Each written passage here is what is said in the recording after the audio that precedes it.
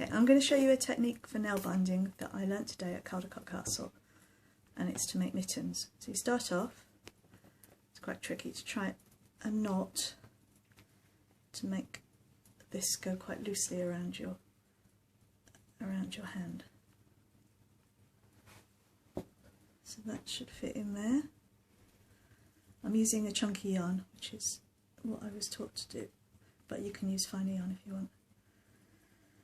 Now I've got a darning needle on here, and I'm going to just do a blanket stitch along. It's just an ordinary blanket stitch all the way along until we get to the end. Okay, so as you can see, I've blanket stitched all the way around.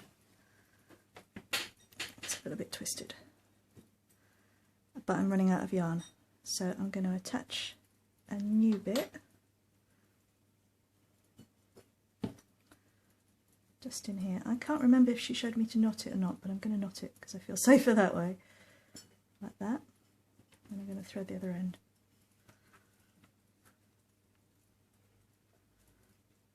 Then it's back to the blanket stitch,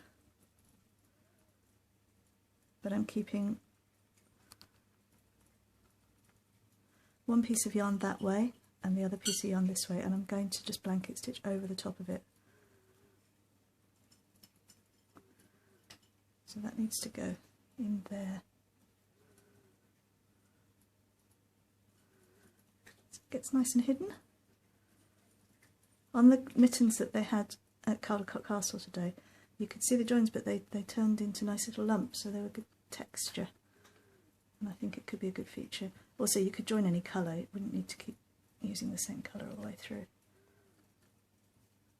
I don't know what this would look like in variegated yarn, I'll give it a go later. So you keep going along.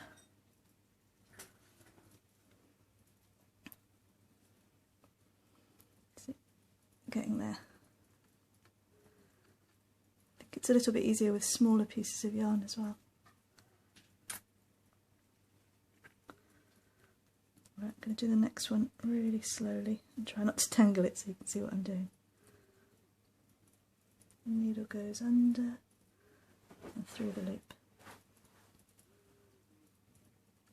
It's very relaxing. There we go, but it's a bit of a stretch on my hands. My little fingers aren't used to bending like this. Okay, I'm not going to worry about that little tufty bit. I can cut it off later. It's perfectly safe in there. It's not going to get anywhere or go anywhere. Unravel. It's not going to unravel now. So we're nearly the end now, where we join up. You see, now I need to trap the other one in. Pop it over there. I'm using all sorts of muscles I've never used in my hands before.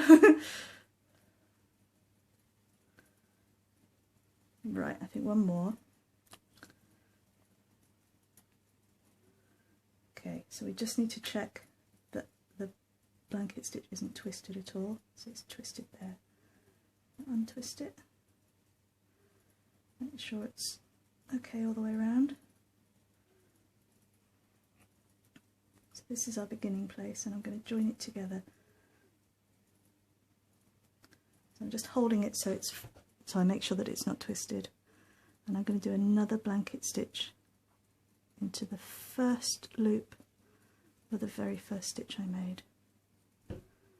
Then the next one goes into the next loop, and the next one goes into the next loop,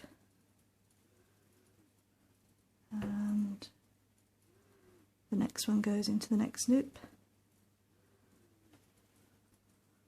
Now I think, this is the first time I've ever done this, I think that it should be a little bit smaller because it doesn't seem to be pulling in, but then it could be that my stitches are a little bit loose, so it needs some practice. But as you can see, we're forming an actual fabric there, nice dense fabric, and I'm just going to keep going round and round.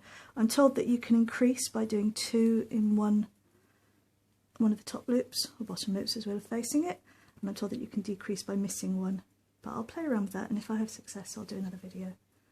Okay, that's it. Have fun, and thank you so much to the people at Caldercook Castle who showed me. Really appreciate it. Bye.